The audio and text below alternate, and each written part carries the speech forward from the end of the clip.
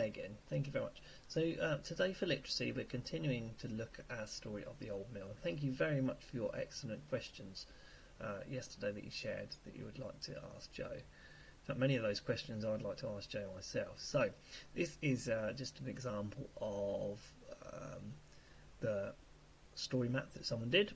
I'm not sure this isn't my one. I'm not sure this is Miss Jones or if it's Miss Slade's. I don't really know.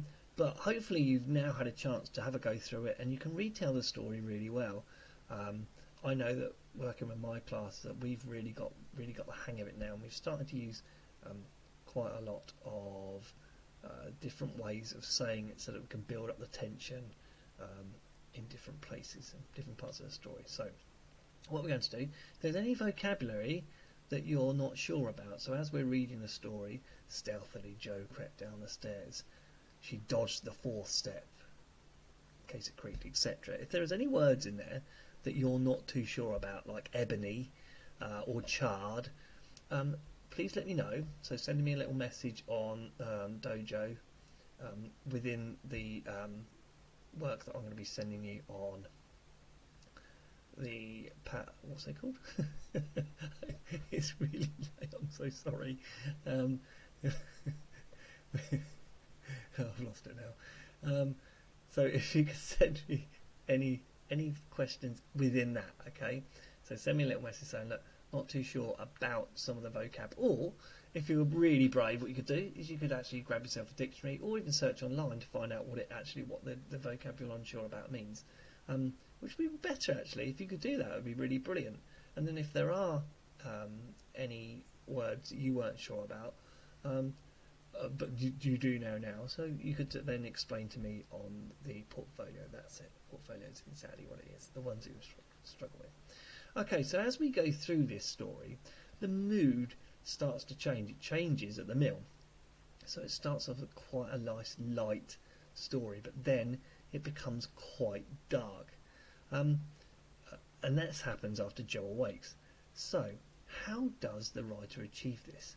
How does the writer lull you into a false sense of security before building the tension and making it scary? So I'd like you to have a little think about that.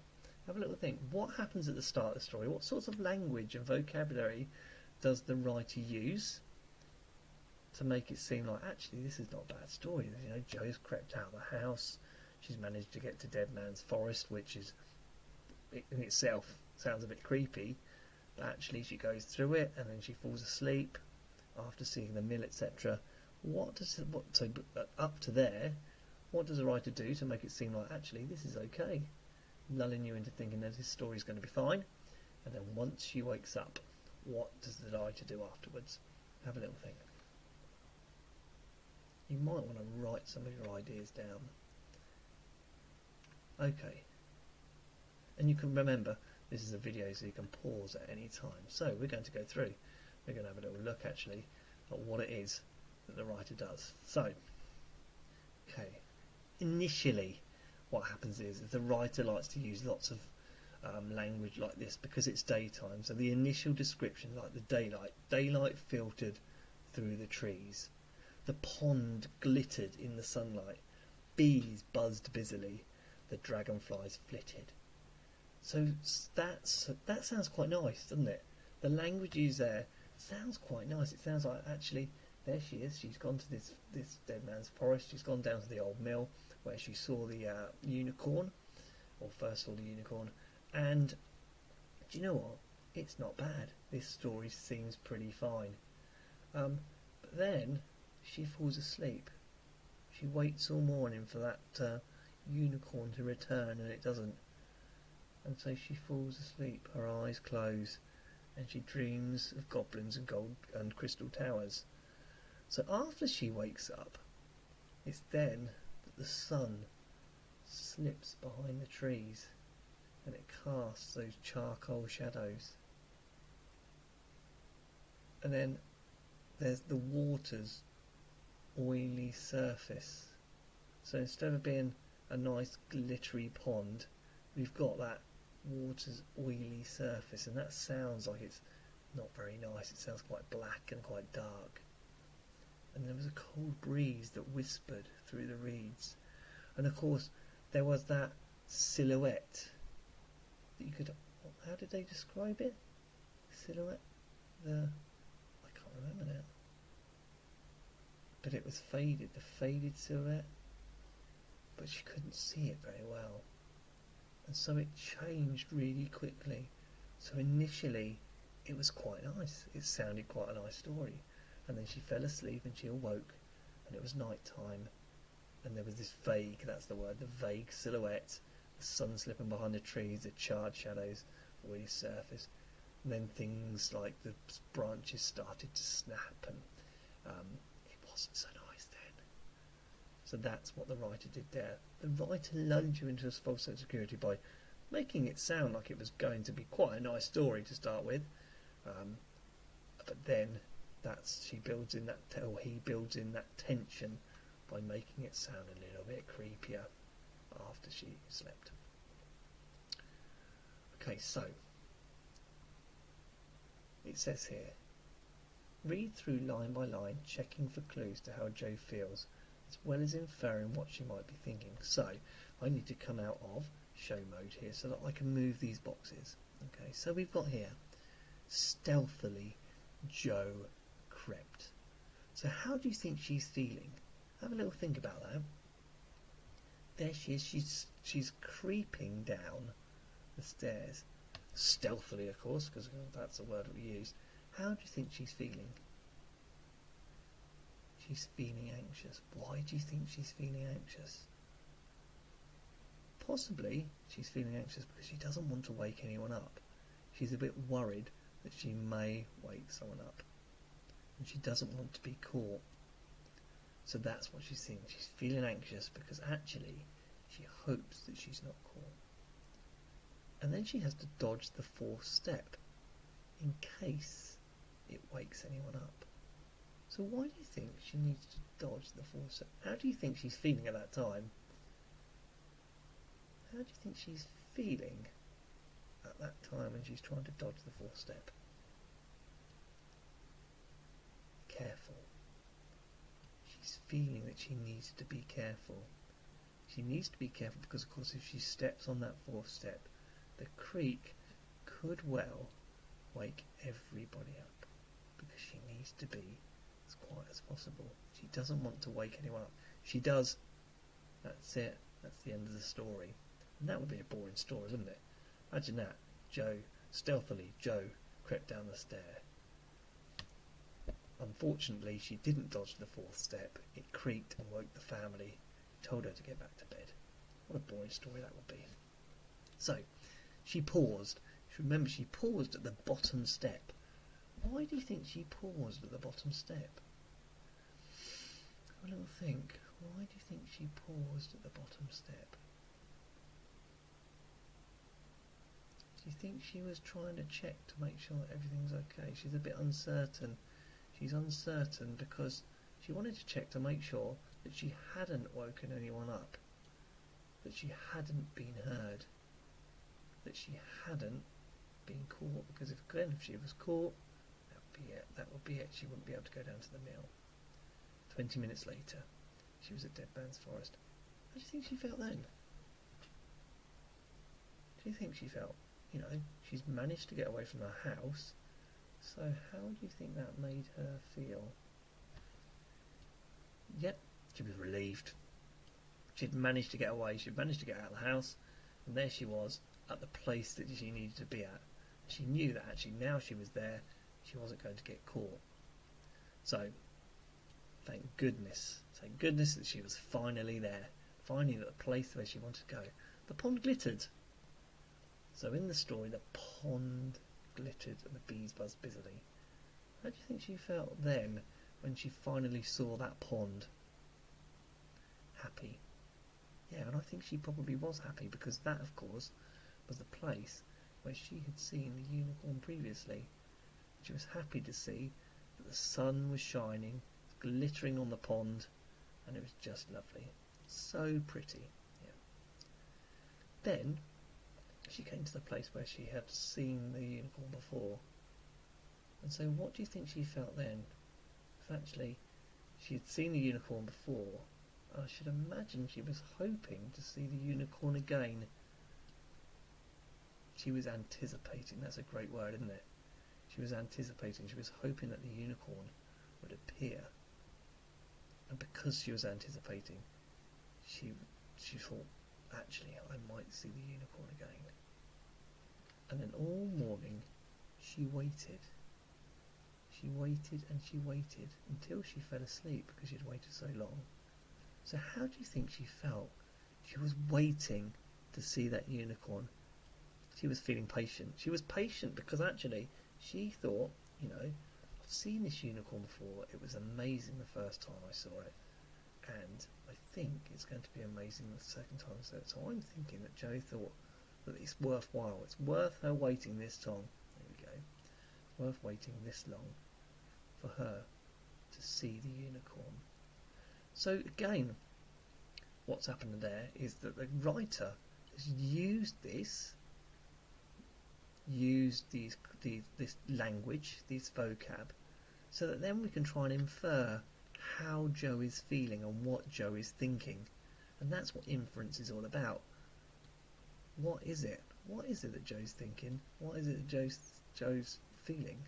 And again, we're not told that. We're not told that in the story. We have to use our powers of deduction, our skills, vocab skills, to try and work out it is from everything that we've read.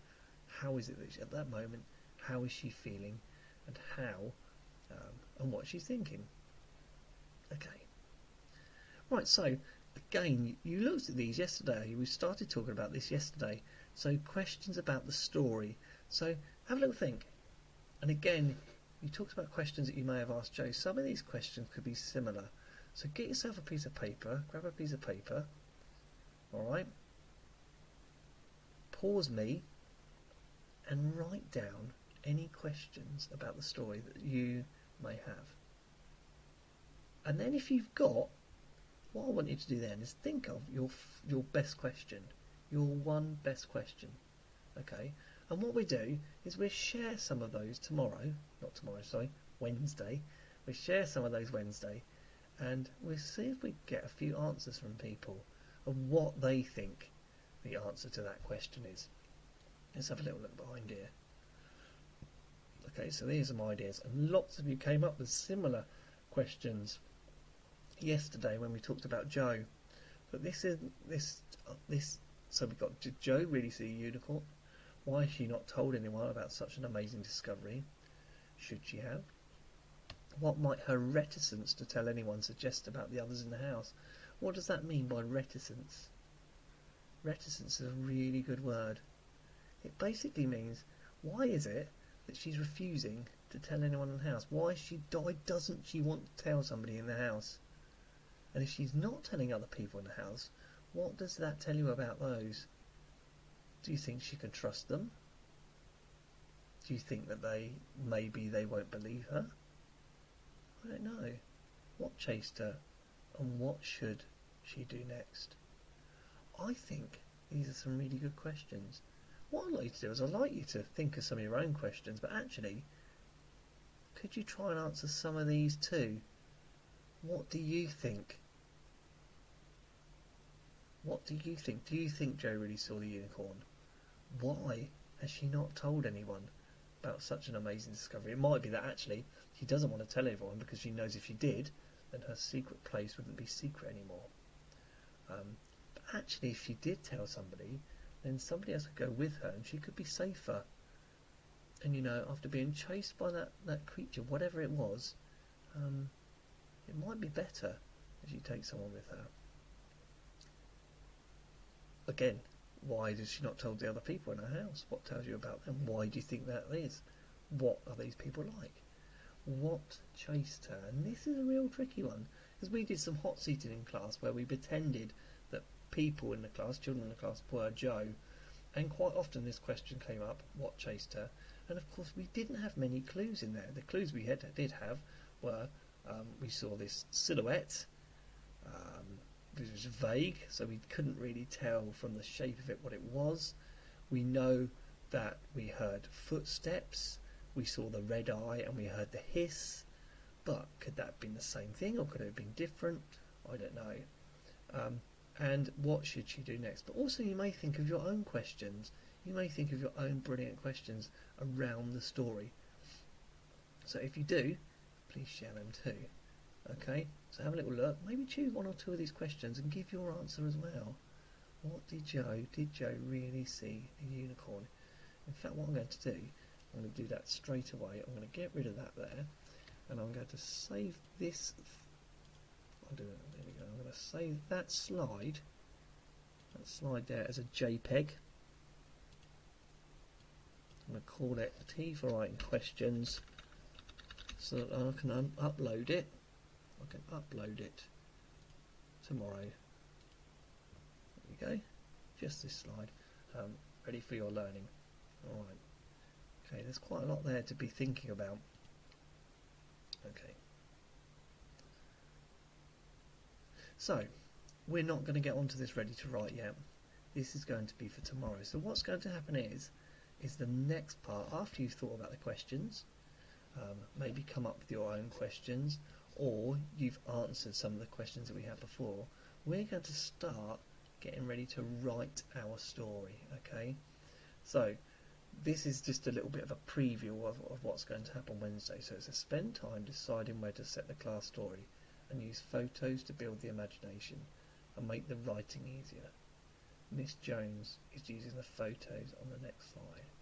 And I'm not going to show you those photos yet, but they link to something that we've been doing already this term. So you might want to have a little think about what that could possibly be. Or, actually, you could think about whereabouts you would like your story to be set, because we're going to take the frame that we've got there, the framework, the story plan, and we're going to create our own story around that. So that is for later in the week. So, just a quick recap. So for today, what you're going to do is you are going to take these questions about the story and you are going to give your own opinion. Okay, you're going to say what you think. Alright, and if there are any other extra questions you'd like asked about the story, please include those as well. Write those down, because it'd be really interesting if we shared those and got other people's opinions. Questions there. Lots to think about. And also, have a little think, if you're writing your own version of this story, whereabouts would you set it? This, of course, is set mainly in the Old Mill, which is why it's called the Old Mill. But where else could it be? But we want to keep that suspense, so it needs to be a suspense story. But where could it be? Have a think, ready for tomorrow. And if you can find any photos of a place that you would like to set your story, if you could share those as well, that would be great. We could share some of those maybe in our next PowerPoint. Thank you very much again. Thank you for your hard work. I look forward to seeing all of your work uploaded to our portfolios later. I can't comment on everything because at the moment I'm in class teaching as well as doing this, so it's not easy. Plus I've got a meeting after school tomorrow, so it's quite hard. Plus I have to record these at home, so I will try and get back to you when I can, but I might not always be able to, and I might not always be able to put a comment on your home learning, but I will try the best I can, especially when the home learning is so good. So thank you very much again, and if Miss Slade is not back tomorrow, we'll see you again for the next part of our Old Mill. Thank you very much.